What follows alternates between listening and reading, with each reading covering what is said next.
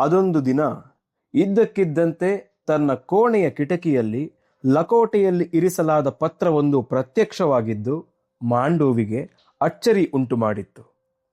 ಶೇಷಿಯನ್ನ ಎಷ್ಟು ಸಲ ಕೇಳಿದರೂ ತನಗೆ ಗೊತ್ತಿಲ್ಲವೆಂಬ ಉತ್ತರವೇ ಬರುತ್ತಿತ್ತು. ಮನೆಯ ಹೊಸ್ತಿಲಲ್ಲಿ ಬಾಗಿಲ ಸಂದಿಯ ಮೂಲಕ ಬಂದು ಬಿದ್ದಿದ್ದ ಆ ಲಕೋಟೆಯ ಮೇಲಿನ ಕೈಬರಹ ನೋಡಿಯೇ ಇದು ತನ್ನ ಭಾವಿ ಅಳಿಯನ ಪ್ರೇಮ ಪತ್ರವೆಂದು ಊಹಿಸಿದ ಶಿವರಾಜಪ್ಪನೇ ಅದನ್ನು ತಂದು ಮಗಳ ಕೋಣೆಯಲ್ಲಿ ಇರಿಸಿ ಹೋಗಿದ್ದಾನೆ ಎಂಬುದನ್ನ ಮಾಂಡೋವಿಯಿಂದ ಊಹಿಸಲೂ ಸಾಧ್ಯವಿರಲಿಲ್ಲ. ಅದೆಷ್ಟೋ ದಿನಗಳ ಕಾಲ ಲಕೋಟೆಯನ್ನ ಒಡೆಯದೆ ಸುಮ್ಮನಿದ್ದ ಮಾಂಡೋವಿ ಅದೊಂದು ಮಧ್ಯಾಹ್ನ ನಿದ್ರೆಯಿಂದ ಎದ್ದವಳೆ ಸರಕ್ಕನೆ ಪತ್ರ ಬಿಡಿಸಿ ಓದಿಕೊಂಡಳು. ವಿಷಯ ಸರಳವಾಗಿತ್ತು, ನೇರವಾಗಿತ್ತು. ಮದುವೆಗೆ ನಿಮ್ಮ ತಂದೆಯ ಅನುಮತಿ ಕೇಳಲು ನಿನ್ನ ಅನುಮತಿ ಇದೆಯೇ? ಅದೆಷ್ಟು ಸರಳವಾಗಿ, ಕಾವ್ಯದ ನೆರಳೂ ಇಲ್ಲದೆ ನೇರವಾಗಿತ್ತು ಎಂದರೆ ದಿನಗಟ್ಟಲೆ ಪ್ರಯತ್ನಪೂರ್ವಕವಾಗಿ ಅವಳು ಚನ್ನಬಸವನಗೌಡನ ಮೇಲೆ ಬೆಳೆಸಿಕೊಂಡಿದ್ದ ಮುನಿಸು ಸಿಡುಕುಗಳೆಲ್ಲ ತಟ್ಟನೆ ಆವಿಯಾಗಿ ಒಂದು ಮುಗುಳ್ನಗೆ ಹರಡಿತು. ಪತ್ರವನ್ನು ಇನ್ನೇನು ತನ್ನ ಪೆಟ್ಟಿಗೆಯ ಅಡಿಯಲ್ಲಿ ಇಟ್ಟುಕೊಳ್ಳಬೇಕೆಂದು ಹೊರಟವಳಿಗೆ ತಟ್ಟನೆ ನೆನಪಾದವನು ಸೋಮಯಾಜುಲ ವೆಂಕಟಾಚಲಪತಿ. ಪಾಪ, ಛೆ ಅಂದುಕೊಂಡಳು ಮಾಂಡೋವಿ. ಈಗ್ಗೆ 1 ವರ್ಷದ ಹಿಂದೆ ಹಾಗೆ ನಟ್ಟ ನಡುಬೀದಿಯಲ್ಲಿ ಅವನನ್ನು ತೀರ ಹತ್ತಿರದಿಂದ ಕಂಡಾಗ ತಾನು ಒಂದೇ ಉಸಿರಿನಲ್ಲಿ ಅವನೆಲ್ಲ ಪ್ರೇಮವನ್ನ ಕಸವೇನೋ ಎಂಬಂತೆ ಸರಿಸಿ ಹಾಕಿದಾಗ, ಅವನು ಪ್ರೇಮದ ಭೀಭತ್ಸತೆಯಿಂದ ನಡುಗುತ್ತಿದ್ದಾಗ ಇದೇ ರೀತಿ ಅಂದುಕೊಂಡಿದ್ದಳಲ್ಲ. ಪಾಪ, ಛೆ ಅಂತ ಅದು ನೆನಪಾಯಿತು. ಅವನನ್ನ ಎಷ್ಟು ಪೂರ್ತಿಯಾಗಿ ತನ್ನ ಒಳಗಿಂದ ತೆಗೆದು ಹಾಕಿದ್ದೀನಲ್ಲ ಅನಿಸಿತು. ಚನ್ನಬಸವನಗೌಡನ ಪತ್ರವನ್ನ ಬುಡ್ಡಿ ದೀಪಕ್ಕೆ ಹಿಡಿದು ಬೂದಿ ಮಾಡಿದಳು. ಮುಂದಿನ ವಾರದಲ್ಲಿ ಮಾಂಡೋವಿಗೆ ಮತ್ತೆರಡು ಪತ್ರ ಬಂದಿದ್ದವು. ಹೊಸದೇನೂ ಇರಲಿಲ್ಲವಾದರೂ ಬರವಣಿಗೆಯ ಧಾಟಿಯಲ್ಲಿ ಚಲಪತಿಯ ಪತ್ರಗಳಲ್ಲಿ ಎಂದೂ ಕಾಣದ ಅಸಹನೆ ಇತ್ತು.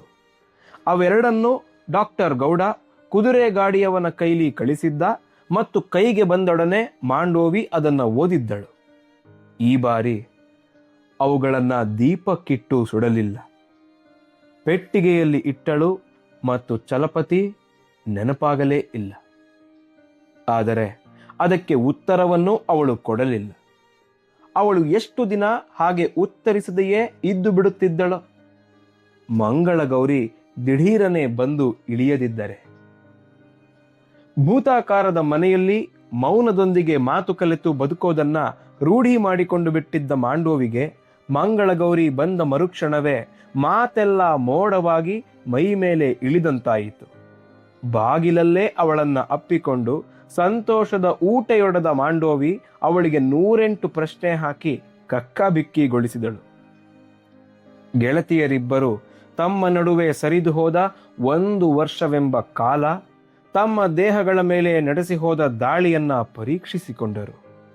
ಸ್ನಾನದ ಮನೆಯಲ್ಲಿ ಮತ್ತೆ ಅವತ್ತಿನಂತೆಯೇ ಬಟ್ಟೆ ಬಿಚ್ಚಿಕೊಂಡು ಕೊರಳ ಬುಡದಲ್ಲಿ ಉಬ್ಬಿದ ಎದೆಯನ್ನು, ಬೆನ್ನ ಮೂಳೆಯ ಅಡಿಯಲ್ಲಿನ ತಿರುವುಗಳನ್ನು ನೋಡಿಕೊಂಡರು. ಮಂಗಳಗೌರಿ ತೆಳ್ಳಗಿದ್ದಳು, ಬೆಳ್ಳಗಿದ್ದಳು, ಸುಗಂಧರಾಜ ಹೂವಿನಂತೆ. ಮಾಂಡೋವಿ ಎತ್ತರವಾಗಿ ಬಂಗಾರದ ಬಣ್ಣದಲ್ಲಿ ತುಂಬಿಕೊಂಡಿದ್ದಳು, ಶಾಶ್ವತ ಯೌವನದಂತೆ. ಮಾಂಡೋವಿಯ ಮದುವೆಯ ಪ್ರಯತ್ನಗಳಿಗೆ ನೆರವಾಗಲಿ ಎಂಬ ನೆಪದಲ್ಲಿ ಮಂಗಳಗೌರಿಯನ್ನ ಅವಳ ತಂದೆ ತಾಯಿಯರು ಕಳಿಸಿದ್ದರಾದರೂ ಅವಳ ವಿವಾಹಿತ ಪ್ರಿಯತಮನಿಂದ ಅವಳನ್ನ ದೂರ ಇರಿಸುವುದು ಅವರ ಮುಖ್ಯ ಉದ್ದೇಶವಾಗಿತ್ತು. ಅದನ್ನ ಅವಳು ಎಷ್ಟು ತಕ್ಷಣ ಒಪ್ಪಿಕೊಂಡಿದ್ದಳು ಎಂದರೆ, ತಾನೂ ಕೂಡ ಮಾಂಡೋವಿಯಂತೆ 4 ದಿನ ಅವನನ್ನ ಮರೆತಂತೆ ನಟಿಸಿ ಪ್ರೇಮವನ್ನ ಒಳಗೊಳಗೆ ಗಟ್ಟಿಗೊಳಿಸಿಕೊಳ್ಳುವುದು ಅವಳ ನಿಶ್ಚಯವಾಗಿತ್ತು. ಮಾಂಡೋವಿಯಂತೆಯೇ 7 ಕಚೇರಿಗಳನ್ನ ದಾಟಿ ತನ್ನ ಗೆಳೆಯನಿಂದ ಪ್ರೇಮ ಸಂದೇಶಗಳನ್ನ ಟೆಲಿಗ್ರಾಮುಗಳ ಮೂಲಕ ತರಿಸಿಕೊಳ್ಳುವ ವಿಚಾರವನ್ನ ಅವಳು ಹೊರಡುವ ಮೊದಲೇ ಮಾಡಿಕೊಂಡಿದ್ದಳು. ಆದರೆ ವೆಂಕಟಾಚಲಪತಿಯನ್ನ ಮಾಂಡೋವಿ ನಿರ್ದಾಕ್ಷಿಣ್ಯವಾಗಿ ತಳ್ಳಿ ಹಾಕಿರುವ ಸುದ್ದಿ ಗೊತ್ತಾದಾಗ ಮಂಗಳಗೌರಿ ಅದೆಂಥದ್ದೋ ದಿಗಿಲಿನಿಂದ ಒಬ್ಬಳೇ ಬಿಕ್ಕಿದ್ದಳು. ಪ್ರೇಮವು ಸಾರ್ವತ್ರಿಕವೆಂಬುದು, ಭಗ್ನ ಪ್ರಣಯವು ಸಾಂಕ್ರಾಮಿಕವಾದುದೆಂಬುದು ಅವಳ ವಿಚಿತ್ರ ನಂಬಿಕೆಗಳಲ್ಲಿ ಒಂದಾಗಿತ್ತು. ಆದರೆ ಎಲ್ಲವೂ ಸರಿ ಹೋದೀತು ಎಂಬ ಯಾವುದೋ ಭರವಸೆ. ಇಷ್ಟಕ್ಕೂ ಚಲಪತಿಯನ್ನ ಮಂಗಳಗೌರಿ ಕಾಣಲೇಬೇಕಿತ್ತಲ್ಲ. ಅದೊಂದು ದಿನ ಮಾಂಡೋವಿಗೂ ತಿಳಿಸದೆ ಅವರಿವರನ್ನ ವಿಳಾಸ ಕೇಳಿಕೊಂಡು ಟೆಲಿಗ್ರಾಫ್ ಆಫೀಸಿಗೆ ಹೋಗಿಯೇ ಬಿಟ್ಟಳು ಮಂಗಳಗೌರಿ.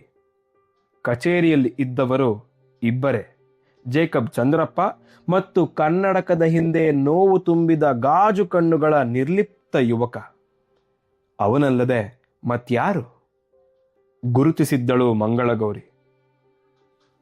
ಆದರೆ ಬಿರಿದ ಸಂಪಿಗೆಯಂತಿದ್ದ ಮಾಂಡೋವಿ ಈ ಯುದ್ಧ ನಿರಾಶ್ರಿತನಂತಹ ಹುಡುಗನನ್ನ ಪ್ರೀತಿಸಿದಳಾದರೂ ಹೇಗೆ ಎಂಬುದು ಅವಳಿಗೆ ತಿಳಿಯಲಿಲ್ಲ. ಟೆಲಿಗ್ರಾಮ್ ಕೊಡಬೇಕು ಅಂದಳು. ಇಲ್ಲಿಗೆ ಕೇಳಿದ. 7 ಕಚೇರಿ ದಾಟಿ ಯಲ್ಲಾಪುರಕ್ಕೆ ಅಂದ ಕೂಡಲೇ ಕನ್ನಡಕದ ಹಿಂದಿನ ಗಾಜು ಕಂಗಳು ಒಂದು ಕ್ಷಣದ ಮಟ್ಟಿಗೆ ಅಲೌಕಿಕವಾದ ಹೊಳಪಿನಿಂದ ಮಿನುಗಿದವು. ಮರುಕ್ಷಣದಲ್ಲೇ ನಿರ್ಲಿಪ್ತಿ. ಮಂಗಳಗೌರಿ ತಾನು ಬರೆದುಕೊಂಡು ತಂದಿದ್ದ ಸಂದೇಶವನ್ನ ಅವನ ಕೈಗೆ ಕೊಟ್ಟಳು. ಕೊಂಚ ಹೊತ್ತು ಅದನ್ನೇ ನೋಡುತ್ತಾ ಕುಳಿತ ಚಲಪತಿ ನಿಧಾನವಾಗಿ ತಲೆ ಎತ್ತಿ, ಸ್ವಲ್ಪ ತಿದ್ದಲ ಅಂದ. ಓಹೋ, ಅದಕ್ಕೇನಂತೆ? ತಿದ್ದತೊಡಗಿದ. ಕೆಲವು ಕಡೆ ಶಬ್ದ ಬದಲಾಯಿಸಿದ. ಸರಿ ಎನ್ನಿಸಲಿಲ್ಲ. ಬೇರೆ ವಾಕ್ಯವನ್ನೇ ಬರೆದ. ಆ ಪುಟ್ಟ ಕಾಗದ ಎಷ್ಟು ಚಿತ್ತು ಚಿತ್ತಾಯಿತೆಂದರೆ ಅದನ್ನಿನ್ನು ತಿದ್ದಲು ಸಾಧ್ಯವೇ ಇಲ್ಲವೆನಿಸಿ ಹೊಸ ಹಾಳೆಯಲ್ಲಿ ಬರೆದ. ಬರೆಯುತ್ತಾ ಬರೆಯುತ್ತಾ ಅದೊಂದು ಪುಟ್ಟ ಹಾಡಾಗಿತ್ತು. ಎದೆಯ ನೋವನ್ನೆಲ್ಲ ಹಿಂಡಿ ಲೇಖನಿಗೆ ಇಳಿಸಿದಂತಿತ್ತು. ಪ್ರತಿ ವಾರ ಬರ್ತೀನಿ, ಬರ್ಕೊಡ್ತೀರಾ ಅಂದಳು ಮಂಗಳಗೌರಿ. ಅದು ಹಿತೈಷಿಗಳ ಕರ್ತವ್ಯ ಅಲ್ವಾ? ಉತ್ತರಿಸುವಾಗ ಚಲಪತಿಯ ಕಂಗಳಲ್ಲಿ ನೀರು ಗಿರಗಿರನೆ ತಿರುಗಿದವು. ತುಟಿ ಅದುರಿದವು. ಮಾಂಡೋವಿ, ನಿನ್ನ ಹುಡುಗ ಕುರೂಪಿ, ದುಃಖದಲ್ಲಿದ್ದಾನೆ ನಿಜ. ಆದರೆ ಜಗತ್ತಿನಲ್ಲಿ ಯಾರಲ್ಲೂ ಇಲ್ಲದ ಪ್ರೇಮ ಅವನ ಎದೆಯಲ್ಲಿ ಇದೆ ಕಣೆ ಅಂದುಕೊಂಡಳು ಮಂಗಳಗೌರಿ. ಆ ಮಾತನ್ನ ಮಾಂಡೋವಿಗೂ ಹೇಳಿದಳು. ಆದರೆ 20ರ ವಯಸ್ಸಿಗೆ ಅಗಾಧ ಗಾಂಭೀರ್ಯ ಧರಿಸಿಕೊಂಡಿದ್ದ ಮಾಂಡೋವಿಯ ಹುಬ್ಬಿನ ಮೊನೆಯೂ ಕದಲಲಿಲ್ಲ. ಅಣ್ಣ ತಮ್ಮ, ಅಕ್ಕ ಅಪ್ಪ, ತಂಗಿಯರೊಂದಿಗೆ ಮಾತಾಡುತ್ತಾ ಬೆಳೆದ ಮಂಗಳಗೌರಿಗಿಂತ ತೀರಾ ವಿಭಿನ್ನವಾಗಿದ್ದಳು ಮಾಂಡೋವಿ. ಆ ಭೂತಾಕಾರದ ಮನೆಯಲ್ಲಿ ಅವಳಿಗೆ ಬದುಕು, ಭಾವನೆ, ಅನಿಸಿಕೆಗಳು ಎಲ್ಲವೂ ಹೊರಗಿನಿಂದ ಎಲ್ಲಿಂದಲೋ ಹೇರಲ್ಪಡುತ್ತಿದ್ದವು. ಅವಳು ಅಕಸ್ಮಾತಾಗಿ ಪಡುವ ಸಂತಸದಲ್ಲೂ ಏಕತಾನತೆ ಇತ್ತು. ಅದೆಲ್ಲವನ್ನೂ ಬಹಳ ಹಳೆಯ ಮತ್ತು ನಿರುಪಯುಕ್ತ ವಿಷಯವೆಂಬಂತೆ ಮಾತಾಡಿದ ಮಾಂಡೋವಿ ಅದೇ ನಿರ್ಲಿಪ್ತಿಯಿಂದ ಚಲಪತಿ ಕೂಡುತ್ತಿದ್ದ ತೋಟದ ಕಲ್ಲು ಬೆಂಚು, ತಾವು ಪ್ರೇಮ ಪತ್ರಗಳನ್ನ ಅಡಗಿಸಿ ಇಡುತ್ತಿದ್ದ ಪೊಟರೆ, ದೊಗರು, ಸಂದಿಗಳು, ತಾನು ಓದಿದ ಶಾಲೆ, ಎಲೆ ಮಲ್ಲೇಶನ ಗುಡಿ ಮತ್ತು ಚಲಪತಿಯನ್ನ ಒಂದೇ ಉಸುರಿಗೆ ತಿರಸ್ಕರಿಸಿದ ಜಾಗವನ್ನು ತೋರಿಸಿದಳು. ಈ ಹುಡುಗಿ ಗೊತ್ತಿಲ್ಲ, ಆ ಚಲಪತಿ ಎಂಬೊಬ್ಬನು ಇರದೇ ಇದ್ರೆ ಇವಳ ಭೂತಕಾಲಕ್ಕೆ ಯಾವ ಅಸ್ತಿತ್ವವೂ ಇರ್ತಾ ಇರಲಿಲ್ಲ ಅಂದುಕೊಂಡಳು ಮಂಗಳಗೌರಿ. ಅವಳಿಗೆ ಆ ವಿಷಯವನ್ನ ಹೇಳಿದಾಗ, ನನಗೇನು ಹಾಗನ್ಸೋದಿಲ್ಲ ಅಂದುಬಿಟ್ಟಳು ಮಾಂಡೋವಿ. ಆದರೆ ದಿನಗಳೆದಂತೆ ಬದಲಾದಳು ಮಾಂಡೋವಿ. ಅವಳು ಬೇಕಂತಲೇ ಸಾಧಿಸುತ್ತಿದ್ದ, ಸಾಕಿಕೊಂಡಿದ್ದ ನಿರ್ಲಿಪ್ತಿ, ಸಿಟ್ಟು, ಅಹಂಕಾರಗಳೆಲ್ಲ ಕರಗಿ ಹೋಗಿ ಮತ್ತೆ ಮನದ ಬಾಗಿಲು ಬಿಚ್ಚಿಕೊಂಡಿತು. ಆದರೆ ಅದು ಸೋಮಯಾಜುಲ ವೆಂಕಟಾಚಲಪತಿಗಾಗಿ ಅಲ್ಲ. ಮಂಗಳಗೌರಿ ಒಂದು ದಿನ ತಾನಾಗಿ ಹೋಗಿ ಚನ್ನಬಸವನ ಗೌಡನೊಂದಿಗೆ ಹರಟಿ ಬಂದಳು. ಜೋಡಿ ಹೇಳಿ ಮಾಡಿಸಿದಂತಿತ್ತು. ಅವನ ಮೀಸೆಗಳನ್ನು ತುಂಬ ಪ್ರೀತಿಯಿಂದ ತನ್ನ ಕೆನ್ನೆಗೆ ಚುಚ್ಚಿಸಿಕೊಳ್ಳಬೇಕು ಎನಿಸಿತಾದರೂ ಅದನ್ನು ಅದುಮಿಕೊಂಡು ಹಿಂತಿರುಗಿದ ಅವಳು, ಮಾಂಡಿ, ನಾನಾಗಿದ್ರೆ ಇಷ್ಟೊತ್ತಿಗೆ ಅವನ ಕೈಲಿ ಎಂದೋ ಮೀಸಲು ಮುರಿಸ್ಕೊತಿದ್ದೆ ಕಣೆ. ನೀನು ಹೂ ಅನ್ನೋ, ನೀನು ಮದುವೆ ಆದ್ಮೇಲೂ ಪರವಾಗಿಲ್ಲ ಎಂದು ಪಕ್ಕಾ ಪೋಲಿಯಂತೆ ನಕ್ಕಿದ್ದಳು. ಥೂ ಬೋಸುಡಿ ಎಂಬ ಬಯಲು ಸೀಮೆಯ ಬೈಗಳನ್ನ ಬಾಯಿ ತುಂಬ ಬೈದ ಮಾಂಡೋವಿ ಅವಳು ಸ್ನಾನಕ್ಕೆ ಇಳಿದಾಗ ಸರಸರಣೆ ಒಂದು ಪತ್ರ ಬರೆದು ಸರಸರಣೆ ಲಕೋಟೆಗೆ ಹಾಕಿ ಸರಸರನೆ ಅದನ್ನ ಅಂಟಿನಲ್ಲಿ ಮುಚ್ಚಿ ಶೇಷಿಯ ಕೈಗೆ ಕೊಟ್ಟು ಡಾಕ್ಟರ್ ಚನ್ನಬಸವನ ಗೌಡನಿಗೆ ಕಳಿಸಿಯೇ ಬಿಟ್ಟಳು. ಆ ಪತ್ರದಲ್ಲಿ ಅಪ್ಪನೊಂದಿಗೆ ಮಾತಾಡಿ ಎಂದಷ್ಟೇ ಬರೆದಿದ್ದಳು. ಸನ್ನಿವೇಶ ಬದಲಾಗ್ತಾ ಇದೆ. ಮಾಂಡೋವಿ ಎಂಬ ನೆನಪು ನಿಟ್ಟುಸಿರಿನಂತೆ ಜಾರಿ ಜ್ವರದಂತೆ ಏರುತ್ತಿದ್ದರೆ ಓಡುತ್ತಿದ್ದ ರೈಲಿನಿಂದ ಎದುರಿಗಿನ ಆಳದ ಕಣಿವೆಯ ಒಳಕ್ಕೆ ಇಡೀ 22 ವರ್ಷದ ಬದುಕನ್ನ ನೆನಪು ಹಾಗೂ ದೇಹದ ಸಮೇತ ಎಸೆದು ಬಿಟ್ಟು ಮತ್ತೆ ಎಲ್ಲಾದರೂ ಅಜ್ಞಾತದಲ್ಲಿ ಸಣ್ಣ ಗರಿಕೆಯಾಗಿ ಹುಟ್ಟಿ ಚಿಗುರೊಡೆಯಬೇಕು ಎನಿಸುತ್ತಿತ್ತು. ವೆಂಕಟಾಚಲಪತಿ ಮಾಂಡೋವಿಯನ್ನ ಮರೆಯಲೆಂದು ಹೊರಟಿದ್ದನೋ, ಬದುಕು ಮುಗಿಸಿಕೊಳ್ಳಲು ಹೊರಟಿದ್ದನೋ ಹೇಳುವುದು ಕಷ್ಟವಿತ್ತು. ಅದು ಸಾವಿರ ಮೈಲುಗಳ ಯಾತ್ರೆ. ಹಿಮದ ಹಲಗೆಯ ಮೇಲೆ ನೆತ್ತರ ಒಳಗಿನ ಬಿಸಿಯನ್ನೆಲ್ಲ ಬಸಿದು ಹೆಣವಾಗಿ ಹೋಗಲು ನಿರ್ಧರಿಸಿದವನ ಅಂತಿಮ ಯಾತ್ರೆ.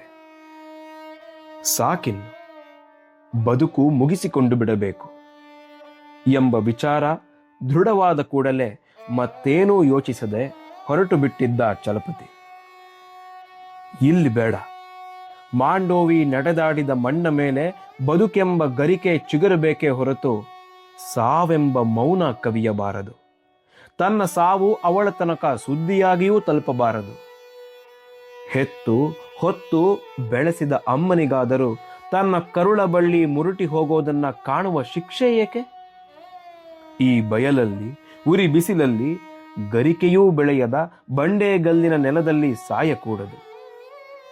ಆ ಹಿಮದಲ್ಲಿ ಗಾಳಿಯು ಅರೆಕ್ಷಣ ನಿಂತು ಚಲಿಸುವ ತಾಣದಲ್ಲಿ ತಂಪಾದ ನಿರ್ಮಮ ನೆಲದ ಮೇಲೆ ತಾನು ಸಾವಾಗಿ ಮಲಗಬೇಕು. ಅಷ್ಟೇ ಅಷ್ಟೇ, ಈ ಜನ್ಮಕ್ಕಿಷ್ಟು ಸಾಕು ಎಂದು ನಿಶ್ಚಯಿಸಿಕೊಂಡೇ ಹೊರಟವನಿಗೆ ಸೀತಮ್ಮನ ಕಕ್ಕುಲತಿ ಕಂಡು ನಗೆ ಬಂದಿತ್ತು. ಪುಟ್ಟ ಹಾಸಿಗೆ ಕಟ್ಟುತ್ತಾಳೆ, ಹಳೆಯ ಹೊದಿಕೆಗೆ ತೇಪೆ ಹಚ್ಚುತ್ತಾಳೆ, ಹಾಸಿಗೆಗೆ ಒಪ್ಪುವ ಮಚ್ಚರದಾನಿ, ಬೆಚ್ಚಗಿರಲು ಒಂದು ಉಣ್ಣೆಯ ಅಂಗಿ, ಅದೇ ಬಣ್ಣದ ಟೋಪಿ, ಅದೆಷ್ಟೋ ವರ್ಷಗಳಿಂದ ಯಾರ ಕಣ್ಣಿಗೂ ಬೀಳದೆ ಎತ್ತಿಟ್ಟಿದ್ದ ಕಪ್ಪು ಪ್ಯಾಂಟು, ಕೋಟು ಮತ್ತು ಸೈನಿಕರು ಧರಿಸುವಂತಹ ಬೂಟ್ಗಳನ್ನು ಹೊಚ್ಚ ಹೊಸವೆಂಬಂತೆ ಹೊರತೆಗೆದು ಮಗನ ಕೈಯಲ್ಲಿ ಇಡುವಾಗ ಸೀತಮ್ಮನ ಕೆಳತುಟಿ ಉಕ್ಕಿ ಬಂದ ದುಃಖ ತಡೆಯಲಾರದೆ ಹಲ್ಲುಗಳ ನಡುವೆ ಶರಣಾಗಿತ್ತು. ಅದು ವೆಂಕಟಾಚಲಪತಿಯ ಅಪ್ಪ ಸತ್ತೆಪ್ಪನ ಡ್ರೆಸ್ಸು. ಒಂದೇ ಒಂದು ಸಲ ಆ ದಿರಿಸಿನಲ್ಲಿ ತನ್ನ ಮಗನನ್ನ ನೋಡುವ ಹುಚ್ಚು ಹಂಬಲ ಆಕೆಯದ್ದು. ಚಲಂ, ಹಾಕ್ಕೊಳ್ಳ ಎಂದು ಗೋಗರೆದಳು. ಒಲ್ಲದ ಮನಸ್ಸಿನಿಂದಲೇ ಸೂಟು ಧರಿಸಿ ಎದುರಿಗೆ ನಿಂತವನನ್ನ ಗಬಕ್ಕನೆ ತಬ್ಬಿಕೊಂಡು ಕಣ್ಣೀರಿಟ್ಟಳು.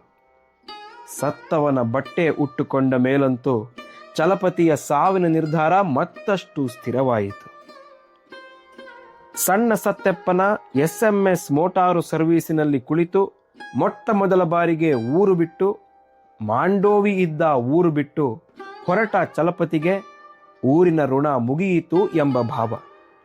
ಬಸ್ಸಿನ ತುಂಬ ಬ್ರಾಹ್ಮಣ ಮುದುಕರಿದ್ದರು.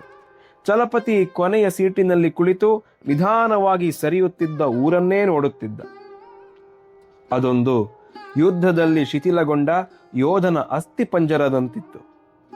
ಇತಿಹಾಸದಲ್ಲೇ ಮೊದಲ ಬಾರಿಗೆ ಆ ಊರಿನಿಂದ 43 ಜನ ಬ್ರಾಹ್ಮಣರು ಹಾಗೆ ಯಾತ್ರೆ ಹೊರಟಿದ್ದರು.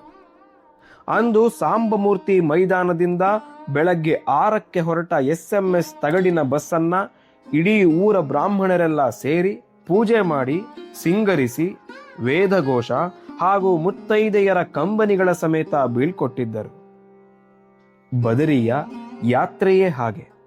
ಕ್ರಮಿಸಬೇಕಾದದ್ದು ಕೇವಲ ದೂರವನ್ನಲ್ಲ, ಬದುಕಿನ ಕೊನೆಯ ಭಾಗವನ್ನ ಎಂಬ ನಂಬಿಕೆ ಅವತ್ತಿನ ಬ್ರಾಹ್ಮಣರಲ್ಲಿತ್ತು.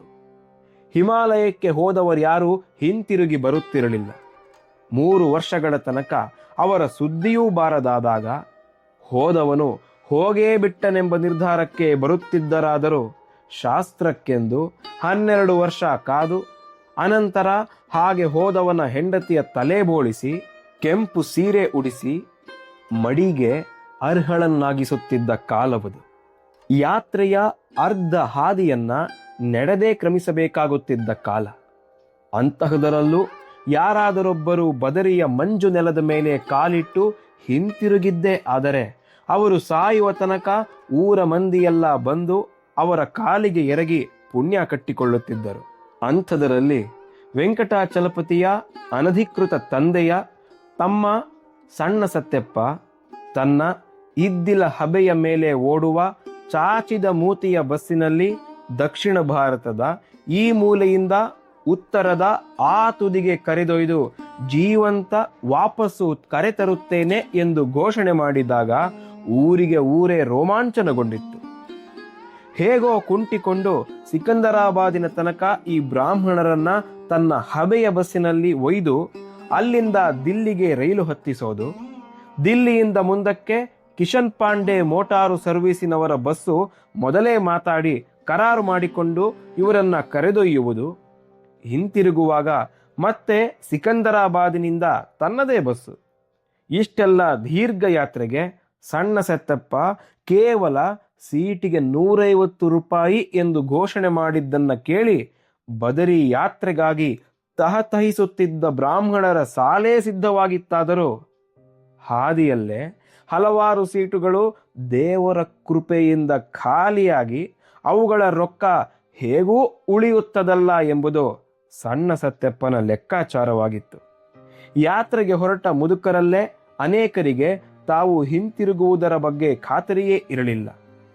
ಹೆಂಡತಿಯೊಂದಿಗೆ ಇನ್ನು ಬದುಕಲಾರೆವೆಂದೋ, ಮಕ್ಕಳು ನಿರ್ಲಕ್ಷಿಸುತ್ತಿದ್ದಾರೆಂದೋ, ಕೂಡಿಟ್ಟದ್ದು ಕೊನೆಗಾಲದಲ್ಲಿ ಮುಗಿಯಲೆಂದೋ, ಅಂತೂ ಸತ್ಯಪ್ಪನ ಬಸ್ಸಿನಲ್ಲಿ ಮರಣ ಚಿಹ್ನೆಯನ್ನ ಧರಿಸಿಕೊಂಡೇ ಬಂದು ಕೂತಿದ್ದರು. ಎಲ್ಲರಿಗಿಂತ ಚಿಕ್ಕವನು ವೆಂಕಟಾಚಲಪತಿ. ಅವರೆಲ್ಲರಿಗಿಂತ ಹೆಚ್ಚು ವಿರಕ್ತನಂತೆ ಕಂಡಿದ್ದ. ವಿಪರೀತ ಮಡಿವಂತಿಕೆ ಇದ್ದ ಆ ಮುದುಕರನ್ನ ಪ್ರಯಾಣದಲ್ಲಿ ಸಂಭಾಳಿಸಲು ಸಣ್ಣ ಸತ್ಯಪ್ಪ ತನ್ನ ಅಣ್ಣನ ಈ ಅನಧಿಕೃತ ಕರುಳ ಬಳ್ಳಿಯನ್ನ ಕಳಿಸುತ್ತಿದ್ದ.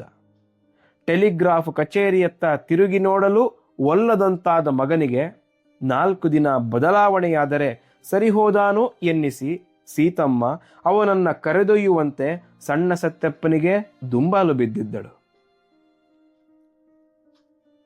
ಹಿಂದ್ಲಿದ್ದ ನೋಡಿದ್ರೆ ಥೇಟ್ ನಮ್ಮ ಅಣ್ಣ ಕಂಡಂಗೆ ಕಾಣ್ತಿ ನೋಡ್ತಮ್ಮ, ಅದ್ರಾಗೆ ಈ ಕರೆ ಡ್ರೆಸ್ ಹಾಕೊಂಡ್ರೆ ನಮ್ಮ ಅಣ್ಣ ಬ್ಯಾರೆ ಅಲ್ಲ, ನೀನ್ ಬ್ಯಾರೆ ಅಲ್ಲ ಎಂದು ಅದೊಂದು ತೆರನಾದ ಅಭಿಮಾನದಿಂದಲೇ ಚಲಪತಿಯ ಬೆನ್ನು ತಡವಿ ಮಾತಾಡಿದ್ದ ಸಣ್ಣ ಸತ್ಯಪ್ಪ ಬಸ್ಸು ಹೊರಡುವ ಮುನ್ನ ಅವನಿಗೆ ಸಾಕಷ್ಟು ಸೂಚನೆಗಳನ್ನು, ಖರ್ಚಿಗೆ ಆಗುವಷ್ಟು ಹಣವನ್ನೂ ಕೊಟ್ಟು ಕಳಿಸಿದ್ದ. ಹಿಂತಿರುಗುವಾಗ ಯಾವುದಾದರೂ ಸೀಟು ಖಾಲಿಯಾದಲ್ಲಿ ಅದನ್ನು ಹೇಗೆ ಪರಿಣಾಮಕಾರಿಯಾಗಿ ಲಾಭದಾಯಕವಾಗಿ ಭರ್ತಿ ಮಾಡಿಕೊಂಡು ಬರಬೇಕು ಎಂಬುದರ ಬಗ್ಗೆಯೂ ತಾಕೀತು ಮಾಡಿದ್ದ. ಆದರೆ ಮೊದಲು ಖಾಲಿಯಾಗೋ ಸೀಟು ನನ್ನದೇ ಎಂದು ಮನಸ್ಸಿನಲ್ಲೇ ಅಂದುಕೊಂಡ ಚಲಪತಿ ಚಿಕ್ಕಪ್ಪನ ಮಾತುಗಳಿಗೆ ಹೂಗುಡುತ್ತಲೇ ಮಾಂಡೋವಿಯ ನೆನಪುಗಳಲ್ಲಿ ಮುಳುಗಿ ಹೋಗಿದ್ದ. ಹಾಗಾದರೆ ವೆಂಕಟಾಚಲಪತಿ ಬದುಕು ಉಳಿಯಲಾರನ? ಕೇಳೋಣ.